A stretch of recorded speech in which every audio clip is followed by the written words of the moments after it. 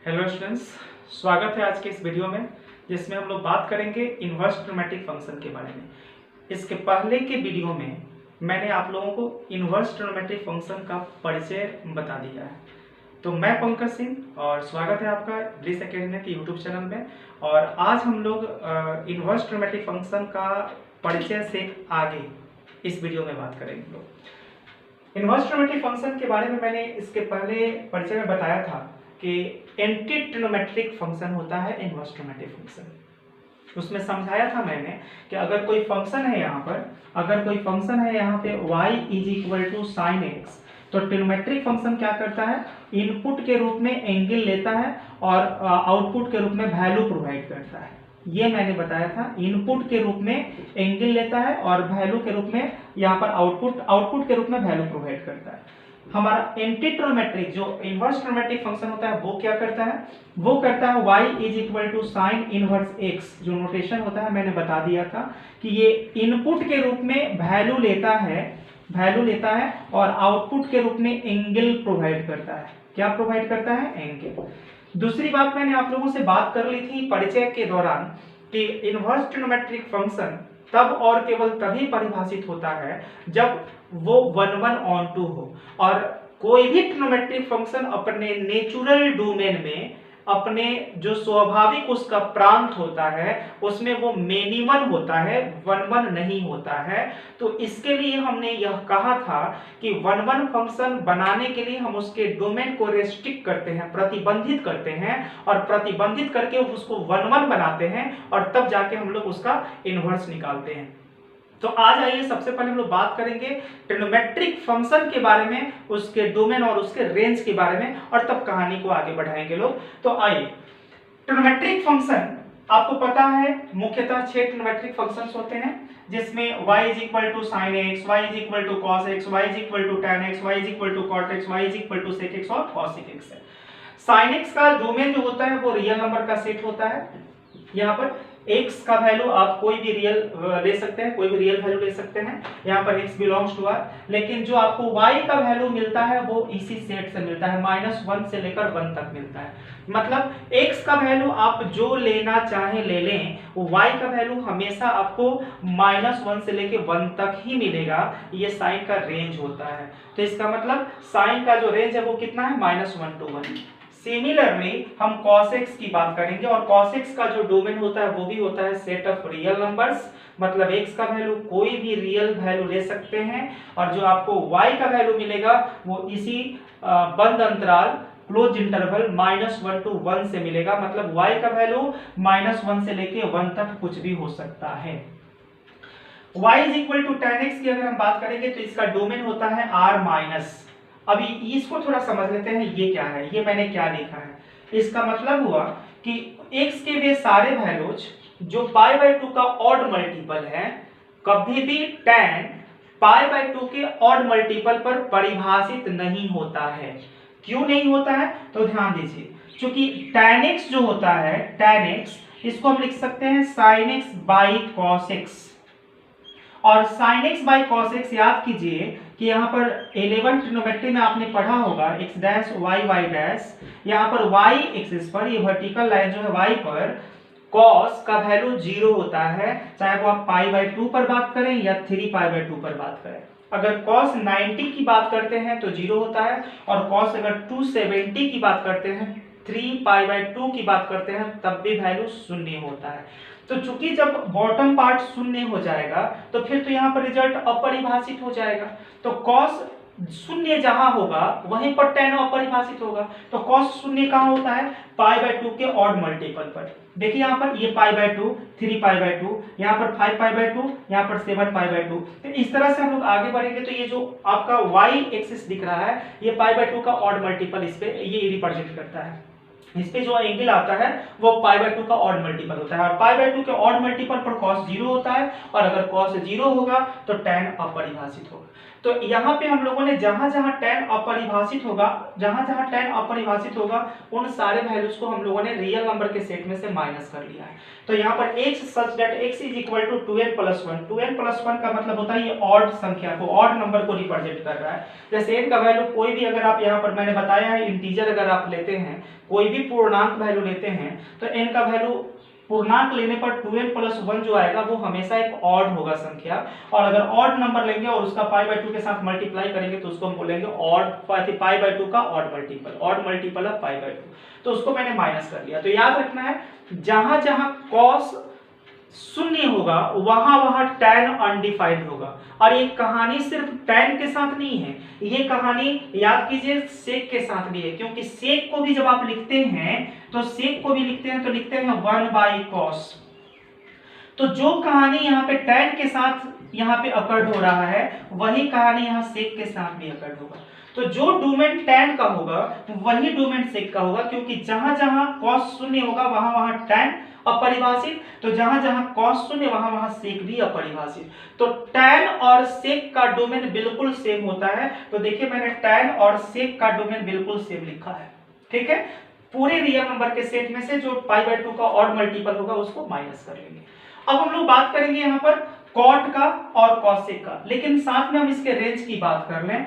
आप यहाँ पर tan का जो वैल्यू होता है वो रियल नंबर के सेट में से कोई भी वैल्यू ले सकता है, मतलब पूरे रियल नंबर का सेट होता है। वही बात होता है कॉट के साथ भी यहाँ पर। तो कॉट का पहले डोमेन देख लेते हैं, कॉट का डोमेन क्या है भाई। कॉट के डोमेन में जब हम बात करेंगे तो कॉट को आप क्या लिखते हैं, cos x by sin x। ध्यान दीजिए cos x by sin x। तो जहां जहां साइन शून्य होगा, बॉटम पार्ट जहां जहां शून्य होगा वहां वहां कॉट अनडिफाइंड हो जाएगा। तो साइन शून्य कहां होता है, पाई के मल्टीपल पर, मतलब x एक्सिस पर साइन जो होता है वो शून्य होता है। 0 पर, पाई पर, 2 पाई पर, 3 पाई पर, 4 पाई पर, 5 पाई पर, 6 पाई पर, 7 पाई पर। यहाँ यहाँ साइन क्या होता है, शून्य होता है। तो जहां जहां जब जब साइन शून्य होगा तब तब हमारा कॉट जो होगा वो अपरिभाषित होगा। साथ ही जो कहानी कॉट की होगी बिल्कुल वही कहानी, वही गति आपके कॉसेक की भी है। कॉसेक की बात अगर हम करें यहाँ पर तो कॉसेक को लिखते हैं 1/sin x। तो जहां जहां साइन शून्य होगा वहां वहां कॉसेक भी अपरिभाषित होगा। साइन शून्य कहां होता है, पाई के मल्टीपल पर, पाई के अपवर्त्य पर। तो यहाँ पर हम लोगों ने क्या किया, कॉट और कॉसेक का जो डोमेन लिखा उसमें पूरे रियल नंबर के सेट में से हमने पाई के मल्टीपल को माइनस कर लिया, और जो डोमेन मैंने कॉट के लिए लिखा है वही डोमेन मैंने कॉसेक के लिए भी लिखा है। अब बात करते हैं रेंज की। तो रेंज यहाँ पर जो कॉट का रेंज होता है वो बिल्कुल tan के रेंज के समान होता है, मतलब कॉट भी कोई भी वैल्यू ले सकता है पूरे रियल नंबर के सेट में से। यहाँ पर आप देख लीजिए r -1 to 1, यहाँ पे ये सेक का रेंज है जी। सेक क्या है, सेक यहाँ पर रेसिप्रोकल है किसका, कॉस का। तो कॉस वैल्यू कौन कौन लेता है, -1 से लेके 1 तक। तो जो वैल्यू कॉस लेगा वो वैल्यू तो सेक लेने से रहा।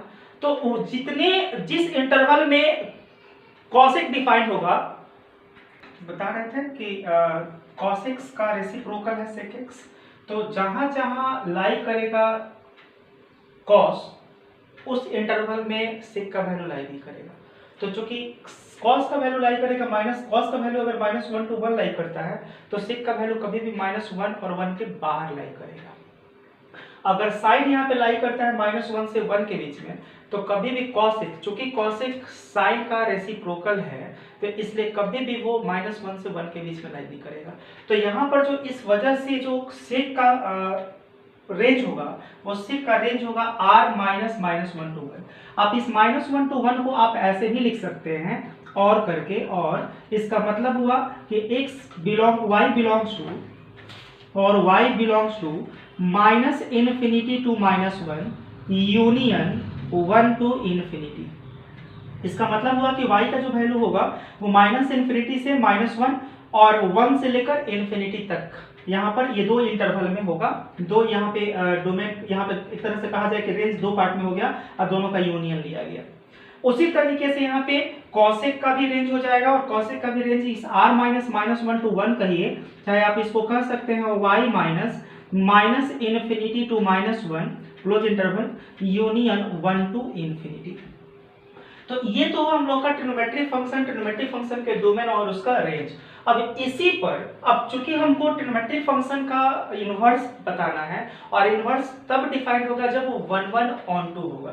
तो आप देखिए क्या यहाँ पर जो साइन फंक्शन है y = sin x, क्या ये 1/1 है? मैंने बताया था कि चूंकि वो नेचुरल डोमेन में अपना 1/1 कभी नहीं होता है, कोई भी ट्रिग्नोमेट्रिक फंक्शन वो मिनिमम होता है। कैसे, थोड़ा सा इसके बारे में जिक्र कर लेते हैं। जैसे मैंने आपसे कहा कि आप देखिए y = sin x है जी, तो sin x का काम क्या? इनपुट के रूप में एंगल को लेना और आउटपुट के रूप में वैल्यू को आउटपुट के रूप में देना। तो अगर हमने यहाँ पे बोला कि बताइए x का वैल्यू sin 30 का वैल्यू कितना होगा या sin 0 का वैल्यू कितना, तो आपको वैल्यू मिलेगा y का वैल्यू मिलेगा 0। अगर हमने बोल दिया कि एंगल 180 के लिए वैल्यू हमको कितना मिल रहा है, तब भी वैल्यू आपको मिलेगा y का वैल्यू 0। अगर हम 360 की बात करें तब भी वैल्यू कितना मिलेगा 0। तो ये y जो हमको वैल्यू मिल रहा है, y का जो वैल्यू 0 मिल रहा है वो x के अलग अलग मानों के लिए मिल रहा है। x के डिफरेंट मानों के लिए हमको y का सेम वैल्यू मिल रहा है। इसका मतलब ये रिप्रेजेंट कर रहा है कि ये फंक्शन मेनी वन है, 1/1 नहीं है। अब इन्हीं में हमको डोमेन को क्या करना है, रेस्ट्रिक्ट करना है, प्रतिबंधित कर देना है। हमको डोमेन का वो पार्ट लेना है जिसमें साइन 1/1 हो जाए, मेनी वन से 1/1 हो जाए। हमको ये कॉस का जो डोमेन है उस कॉस के डोमेन से वो पार्ट सेलेक्ट करना है जिसमें कॉस 1/1 बन जाए। हमको tan के डोमेन से tan का वो पार्ट लेना है, जिस डोमेन का वो पार्ट लेना है जिसमें tan 1/1 हो जाए। तब जाके हम 1/1/2 डिफाइन कर पाएंगे फंक्शन को, ट्रिग्नोमेट्रिक फंक्शन को 1/1/2 बना पाएंगे और तब जाके इनवर्स इसका एग्जिस्ट करेगा। तो आइए हम लोग बात करेंगे इनवर्स ट्रिग्नोमेट्रिक फंक्शन के डोमेन और रेंज की, कि इसका डोमेन और रेंज किस तरह से परिभाषित करते हैं। इनवर्स ट्रिग्नोमेट्रिक फंक्शन, ये उस इनवर्स ट्रिग्नोमेट्रिक फंक्शन का डोमेन और ये हो गया रेंज। आपको पता है साइन का inverse sine inverse x, cos का कॉस इनवर्स x, tan का tan इनवर्स x, उसी तरह से cot inverse, sec inverse, cosec inverse. अब यहाँ पे देखना है कि जो साइन का रेंज था वही साइन इनवर्स का डोमेन बन गया। जो साइन का रेंज था वही साइन इनवर्स का डोमेन बन गया। क्यों भाई? क्योंकि समझिए यहाँ पे इस मैटर को थोड़ा समझिए। अगर हम लिख रहे हैं y = sin इनवर्स x और यहां पर था y = sin x, तो जो x आप एंगल के रूप में ले रहे थे वही उसके कॉरस्पॉन्डिंग आपको वैल्यू मिल रहा था और वही वैल्यू आप यहां पर इनपुट के रूप में यूज कर रहे हैं। तो जो वैल्यू मिला होगा वही वैल्यू तो इनपुट के रूप में यूज करना है ना। जो वैल्यू हमको मिला ही नहीं उसको इनपुट के रूप में कहां से यूज करेंगे। तो रेंज में क्या है, जो साइन का वैल्यू हमको मिला है और जो वैल्यू मिला है वो क्या है, -1 से 1। तो जो -1 से 1 है उन्हीं में से ना हम कोई वैल्यू अभी इनपुट के रूप में यूज करेंगे यहाँ पर इनवर्स में। इसलिए इनवर्स फंक्शन का जो डोमेन होगा वो क्या हो जाएगा, हमारे साइन का रेंज। इसी तरह से सारे फंक्शन के, सारे ट्रिग्नोमेट्रिक फंक्शन का जो रेंज था वो उसके इनवर्स का डोमेन बन जाएगा। तो यहाँ पे आपने देखा मैंने रेंज में लिखा था -1 to 1, आपको इस तरह से भी लिख सकते हैं। ये इंटरवल नोटेशन है और ये इनइक्वालिटीज के फॉर्म में है। ठीक है, हमने बताया कि कॉस का जो रेंज था वो कॉस इनवर्स का डोमेन बन गया। तो ये इंटरवल नोटेशन है, अंतराल संकेतन है और ये असमीका के द्वारा हम लोगों ने निरूपित किया है। tan इनवर्स का जो रेंज था वो रियल नंबर का सेट था। रियल नंबर का सेट मतलब -∞ से इन्फिनिटी तक। अब वही चीज tan इनवर्स का डोमेन बन गया।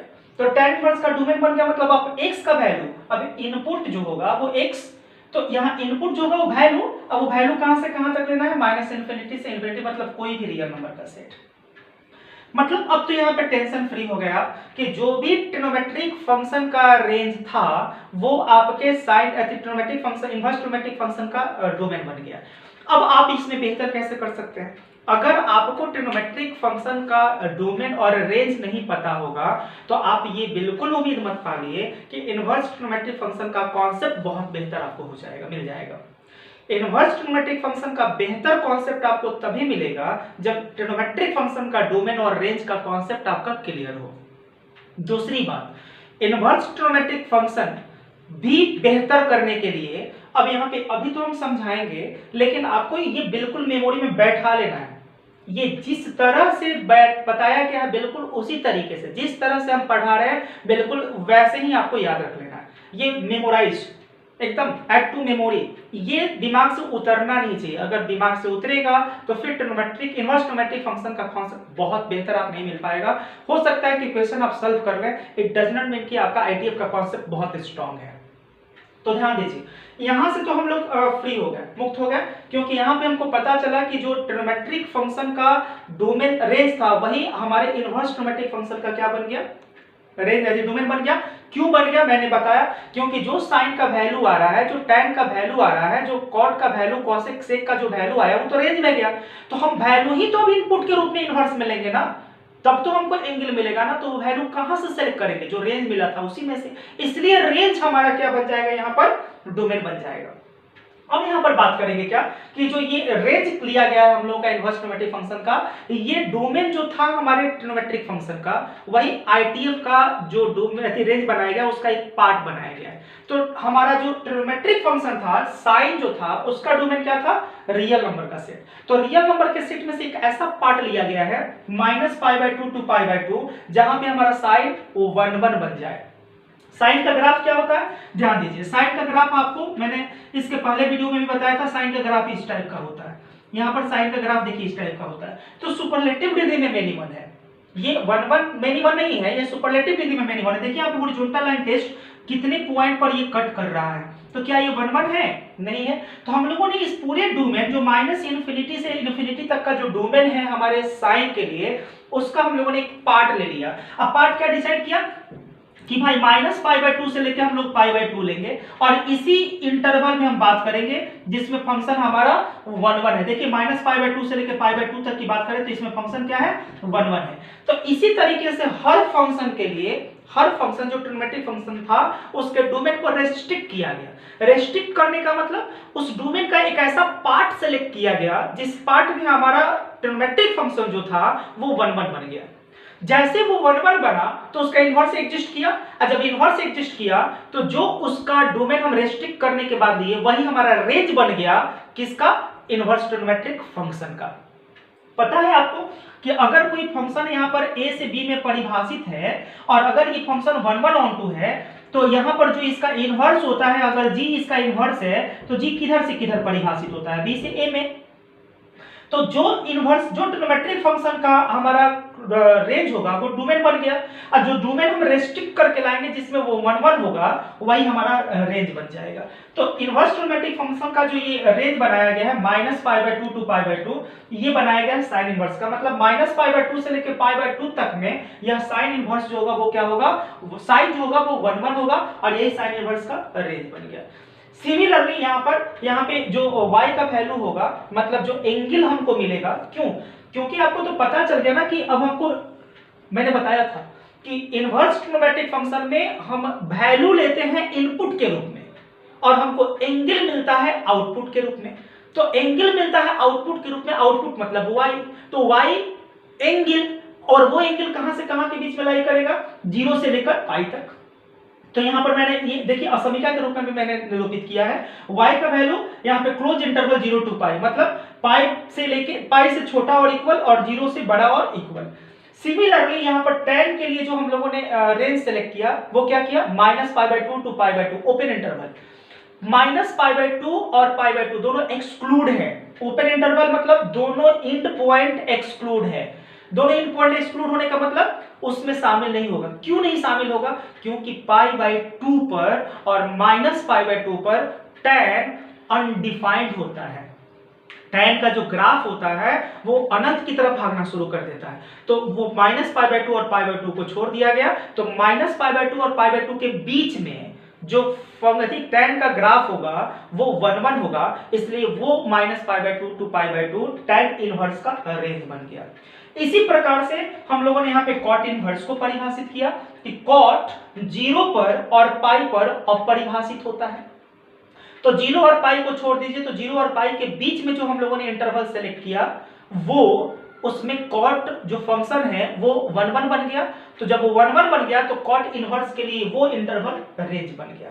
इसी प्रकार से हम लोगों ने सेक की बात करी। सेक 0 से लेकर पाई तक, 0 से लेकर पाई तक पाई बाय 2 को छोड़ दिया जाए, क्योंकि पाई बाय 2 पर अनडिफाइंड हो जाता है। सेक को आप क्या लिखते हैं, सेक को लिखते हैं 1 by cos x. Cos x जो होता है, कॉस जो होता है वो 90 पर अनडिफाइंड, 90 पर 0 होता है। और जब 90 पर 0 होगा तो 1 बाई 0, बॉटम पार्ट 0 हो गया। And bottom part should not be equal to 0, bottom part कभी भी शून्य के बराबर नहीं होना चाहिए। तो अगर बॉटम पार्ट शून्य हो जाएगा तो फिर तो अनडिफाइंड होना है। तो यहाँ पर सेक जो है वो अनडिफाइंड हो जाएगा कब, जब कॉस 0 होगा, और कॉस 0 कहाँ होगा, 90 पर। तो इसलिए 90 को यहाँ पर माइनस कर दिया गया, पूरे इंटरवल से 90 को माइनस किया गया। तो 0 से लेके पाई तक की बात करेंगे लोग, लेकिन पाई बाय 2 को छोड़कर, एक्सेप्ट पाई बाय 2। जब हम लोग कॉसेक की बात करेंगे लोग, तो कॉसेक जो है वो ट्रिग्नोमेट्रिक फंक्शन है, तो वेरी वन है। तो हम लोगों ने उसके डोमेन से एक उसका पार्ट सेलेक्ट किया। वो कौन सा part, minus pi by 2 to pi by 2, minus 90 से 90 तक, उसमें 0 को छोड़कर। 0 को क्यों छोड़कर भाई, फिर देख लीजिए कॉसेक की वही कहानी। कॉसेक को आप क्या लिखेंगे, साइन एक्स। असाइन 0, अगर एक्स का वैल्यू 0 लीजिएगा तो साइन 0 फिर 0 हो जाएगा। असाइन 0 मतलब बॉटम पार्ट 0 हो गया। और हमने कितनी बार रिपीट किया कि bottom part should not be equal to 0, कभी भी हर को शून्य के बराबर नहीं होना चाहिए, क्योंकि शून्य हर शून्य के बराबर होगा तो रिजल्ट अपरिभाषित मिलेगा। तो यहाँ पर साइन 0 होगा तो रिजल्ट अपरिभाषित होगा, मतलब कॉसेक अपरिभाषित हो जाएगा। तो हम लोगों ने जो कॉसेक का डोमेन है उसमें से एक पार्ट सेलेक्ट किया, minus pi by 2 to pi by 2, लेकिन उसमें 0 को छोड़ दिया। और इस पार्ट में कॉसेक क्या हुआ, 1 हो गया। और जब कॉसेक 1 हो गया तो कॉसेक इनवर्स एग्जिस्ट किया, और वही जो डोमेन का पार्ट था वो कॉसेक इनवर्स के लिए रेंज बन गया। तो इस तरह से हम लोगों ने sine inverse, cos inverse, tan inverse, cot inverse, sec inverse, cosec inverse का डोमेन और रेंज फाइनलाइज किया। अब हम लोग बात करेंगे इसकी ग्राफिकली रिप्रेजेंटेशन का, इसको थोड़ा ग्राफिकली समझेंगे लोग, साथ में इसके मीनिंग को भी समझते चलेंगे लोग कि ट्रिग्नोमेट्रिक फंक्शन का क्या मीनिंग है। जो पहले परिचय में मैंने बताया था उसको धीरे धीरे कैरी करते चलेंगे लोग, ताकि वो आपको मेमोराइज हो जाए, मतलब याद हो जाए, परेशान आप ना हो वहां पे। तो इसको बेहतरीन तरीके से याद रखना है, इसका कोई सॉल्यूशन नहीं है। आपके पास एक ही विकल्प है, एक और सिर्फ एक विकल्प, आप इसको याद रखें। अगर याद नहीं रहेगा तो मजा नहीं आएगा। आप अगर क्वेश्चन सॉल्व कर लेते हैं तो इसका मतलब ये नहीं कि आप आईटी का बहुत अच्छा कॉन्सेप्ट ले लिए। तो इसको याद रखिए, तब जब हम क्वेश्चन आगे बताएंगे या हम ग्राफ समझाएंगे तो आपको बहुत मजा आएगा। तो आइए हम समझते हैं इसके ग्राफ को। चलिए बात करते हैं, y is equal to sine x का आलेख थोड़ा याद कीजिए। जब हमने डोमेन सेलेक्ट किया, minus pi by 2 to pi by 2, और जब हमने रेंज सेलेक्ट किया, यहाँ पर रेंज है हमारा -1 से 1। साइन का जो ग्राफ होगा वो साइन का ग्राफ कैसा होगा, यहाँ पर डोमेन x का वैल्यू कहां से कहां तक दौड़ेगा, माइनस पाई बाय 2 से लेकर पाई बाय 2 तक दौड़ेगा जी, पाई बाय 2 तक दौड़ेगा। और y का वैल्यू कहां से कहां तक, -1 से लेकर 1 तक। अब बताइए साइन 0 पर वैल्यू कितना होगा, साइन का वैल्यू 0। साइन 90 पर वैल्यू कितना होता है, 1, यहाँ पर -1, तो साइन 90 पर वैल्यू कितना होगा, 1। और साइन -90 पर मतलब -90 पर वैल्यू होगा -1। तो जो हम लोग का ग्राफ होगा वो ग्राफ किस टाइप का होगा भाई, यहाँ पर देख लीजिए, ग्राफ होगा इस टाइप का, ये ग्राफ इस टाइप का होगा। ये हो गया साइन का ग्राफ। अब हम लोग को बात करनी है साइन इनवर्स के लिए, साइन इनवर्स के लिए बात करनी है। तो y is equal to sine inverse. Sine inverse का जो डोमेन होगा वो -1 से 1 होगा, -1 से 1, और जो रेंज होगा वो -पाई बाय 2 से लेके क्या होगा, पाई बाय 2 तक होगा। अब साइन इनवर्स के ग्राफ की बात करते हैं लोग। यहां पर जो x का वैल्यू होगा वो क्या होगा, जो x का वैल्यू होगा वो लाई करेगा -1 से 1, x का वैल्यू -1 से 1, -1 से 1।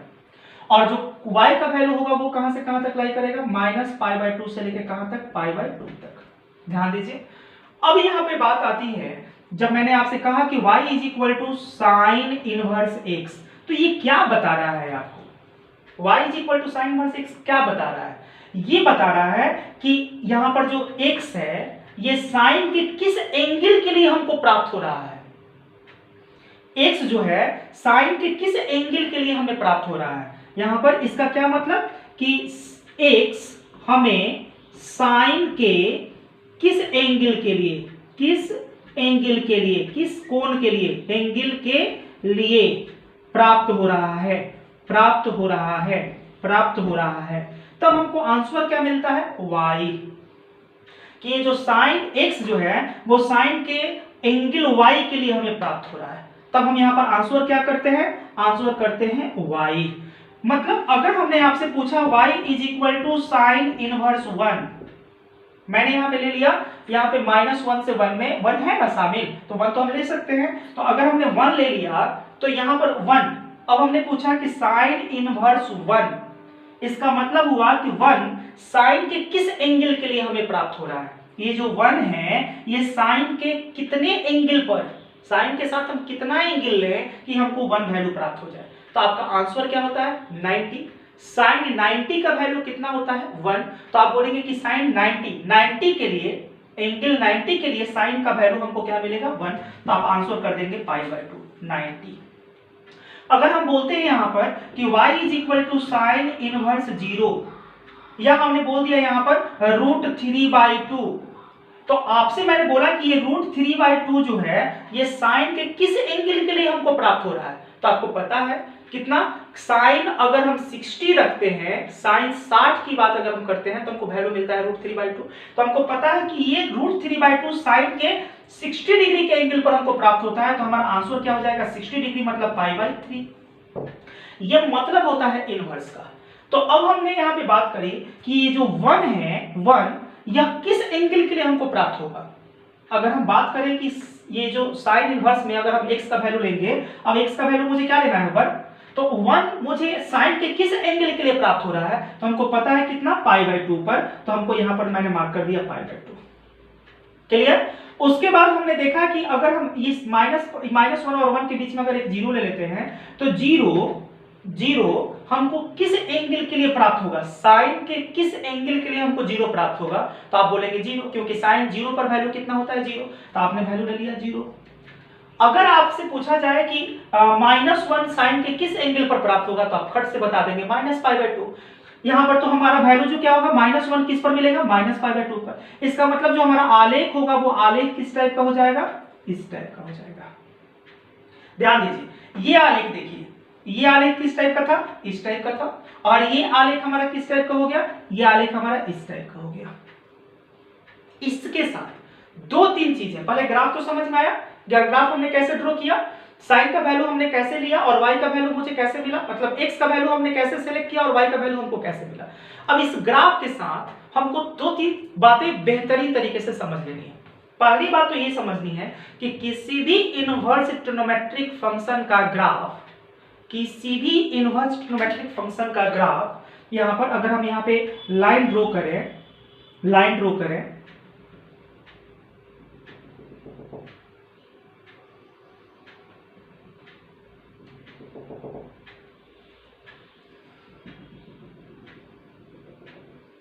ठीक है, किसी भी इनवर्स ट्रिग्नोमेट्रिक फंक्शन का ग्राफ, ये जो आलेख है y is equal to x का है, y is equal to x को अगर प्लेन मिरर ले लिया जाए तो ये y is equal to x के रेस्पेक्ट में मिरर इमेज होता है।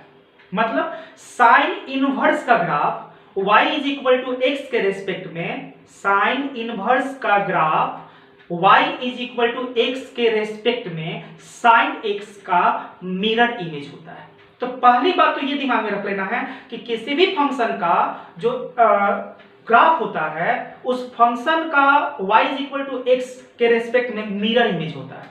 पहली बात तो ये। दूसरी बात, ग्राफ देख के आप बड़ी आसानी से ये पता लगा सकते हैं, ग्राफ देखकर आप बेहद आसानी से पता लगा सकते हैं कि वो फंक्शन इवन है कि ऑड है। अब ध्यान दीजिए, इवन ऑड का क्या मतलब होता है, इवन ऑड का क्या मतलब होता है। इवन ऑड फंक्शन मैंने पढ़ाया है आप लोगों को एक वीडियो के माध्यम से। अगर कोई फंक्शन है और उसका ग्राफ अगर y एक्सिस के रेस्पेक्ट में सिमेट्रिकल है तो उसको हम बोलते हैं इवन, और अगर किसी फंक्शन का ग्राफ ओरिजिन के रेस्पेक्ट में सिमेट्रिकल है तो उसको बोलते हैं ऑड। तो आप ध्यान दीजिए ना, यहां पर जो ग्राफ आपको दिख रहा है, ये ग्राफ क्या ये y एक्सिस के रेस्पेक्ट में सिमेट्रिकल है? क्या इसका ग्राफ y के रेस्पेक्ट में, मतलब ये जो ग्राफ है इसका मिरर इमेज यहां पर तैयार हो रहा है? बिल्कुल नहीं हो रहा है। क्या ये ओरिजिन के रेस्पेक्ट में ये सिमेट्रिकल है? क्योंकि जब आप जो जैसे जीरो के रेस्पेक्ट में, ओरिजिन के रेस्पेक्ट में जब आप इसको 180 डिग्री पर रोटेट कीजिएगा तो फिर हमको ओरिजिनल ग्राफ मिल जाएगा। इसका मतलब ये फंक्शन ऑड है। अच्छा, जब फंक्शन ऑड है तो क्या होगा? फंक्शन ऑड फंक्शन क्या डिफाइन करता है कि function of -x is equal to -fx। तो इस आधार पर आपको क्या पता चल जाएगा कि यहां पर sine inverse -x is equal to हो जाएगा -sin इनवर्स x। क्लियर हुआ? मैंने क्या बताया? ऑड से क्या हमको पता चलता है कि अगर ये फंक्शन ऑड है। ऑड कैसे पता चला? क्योंकि ये ग्राफ जो है ओरिजिन के रेस्पेक्ट में क्या है? सिमेट्रिकल है। तो अगर ओरिजिन के रेस्पेक्ट में सिमेट्रिकल है तो इसका मतलब क्या हुआ? इसका मतलब हुआ कि ये ऑड है, और अगर ऑड है तो हमको डेफिनेशन मिलता है function of -x is equal to -fx। तो इस आधार पर हम कह सकते हैं कि जो साइन का नेगेटिव वैल्यू लेंगे, हम यहाँ पर इनपुट के रूप में नेगेटिव वैल्यू लेंगे यहाँ पर, तो हमको जो रिजल्ट मिलेगा negative of sine inverse x के मिलेगा। मतलब sine inverse -x is equal to sine inverse x। तो ये आप एक फॉर्मूला के रूप में यूज कर सकते हैं। दूसरी बात बताइए, इंक्रीजिंग एंड डिक्रीजिंग। हालांकि अभी इंक्रीजिंग एंड डिक्रीजिंग नहीं पढ़ना है, लेकिन हम थोड़ा सा जिक्र कर लेते हैं। इसके पहले के वीडियोस में भी मैंने आप लोगों से जिक्र किया है कि कोई फंक्शन इंक्रीजिंग डिक्रीजिंग कब होता है। बड़ी आसान भाषा में पहले समझिए कि अगर किसी फंक्शन का graph from left to right, बाईं से दाईं तरफ अगर अपवार्डेड होता है, ऊपर की तरफ जाता है, तो उस फंक्शन को हम कहते हैं वह इंक्रीजिंग है। लेकिन अगर बाईं से दाईं तरफ अगर फंक्शन का ग्राफ डाउनवर्डेड है, नीचे की तरफ जा रहा है, तो उस फंक्शन को कहते हैं कि वो डिक्रीजिंग फंक्शन है। आप ऐसे समझिए कि अगर y डायरेक्टली प्रोपोर्शनल हो यहाँ पे x के, मतलब x के बढ़ने के साथ साथ अगर y भी बढ़ रहा है तो इंक्रीजिंग, और अगर y इनवर्सली यहाँ पर प्रोपोर्शनल हो x के तो वहां पे डिक्रीजिंग होता है। मतलब x जैसे जैसे बढ़ेगा वैसे वैसे y घटेगा। तो यहाँ पर दूसरी बात क्या समझ में आई आपको कि यहाँ पे जो इसका ग्राफ है वो इंक्रीजिंग फंक्शन है। साइन इनवर्स का ग्राफ जो है वो इंक्रीजिंग है। तो दूसरी बात आपको यहाँ पर पता चल गई, इंक्रीजिंग। यहाँ पर क्या पता चल गया? इंक्रीजिंग। क्लियर? तो यहाँ पे मैंने आप लोगों को क्या बताया कि साइन इनवर्स का जो डोमेन है वो कितना है? -1 to 1। साइन इनवर्स का रेंज कितना है? -π/2 π/2। और साइन इनवर्स का जो ग्राफ है वो, उसका जो ग्राफ है उससे पता चल रहा है कि ये फंक्शन क्या है? एक ऑड फंक्शन है, और ऑड फंक्शन की वजह से हमको ये रिजल्ट मिला। साइन इनवर्स के ग्राफ से ये पता चलता है कि साइन इनवर्स जो फलन है वो एक इंक्रीजिंग फलन है। तो दो तीन चीजें जो यहाँ पे पता चली हमको कि साइन इनवर्स का डोमेन, उसका रेंज पता चला, और साइन इनवर्स जो है वो एक ऑड फंक्शन है, और साइन इनवर्स का जो ग्राफ है उससे पता चला हमको कि यह एक इंक्रीजिंग फंक्शन है। तो इसके आधार पर, मतलब ग्राफ को देखकर किसी चीज को समझना बड़ा आसान है। ग्राफ को देखकर हम बड़ी आसानी से किसी चीज के बारे में, किसी फंक्शन के बारे में आइडिया लगा सकते हैं कि वो फंक्शन किस तरह का फंक्शन है, वो ऑड है, इवन है कि नन है। तो इस तरह के बारे में आज इस वीडियो में सिर्फ हम साइन के ग्राफ तक की बात करेंगे। नेक्स्ट वीडियो में हम आप लोगों को जो भी 5 हमारे इनवर्स फंक्शन बचे हुए हैं, जिसमें cos inverse, tan inverse, cot inverse, sec inverse, उन सबके ग्राफ की सिर्फ बात करेंगे। उसके बाद के वीडियो में हम प्रॉपर्टीज की बात करेंगे और हम एक्सरसाइज की बात करेंगे। तो आइए पहले आप लोग इसको ऑब्जर्व कीजिए, इसको समझिए जो आज मैंने बताया है। नेक्स्ट वीडियो में केवल हम ग्राफ की बात करेंगे, ग्राफ के बारे में समझाएंगे, और ग्राफ से रिलेटेड और भी जो उसके प्रॉपर्टीज है उनके बारे में जिक्र करेंगे, और इस तरह से हम लोग आगे बढ़ेंगे। तो आप लोग इसको वॉच कीजिए। मिलते हैं फिर नेक्स्ट वीडियो में नेक्स्ट टॉपिक के साथ, इसी के नेक्स्ट ग्राफ के साथ। तो थैंक यू।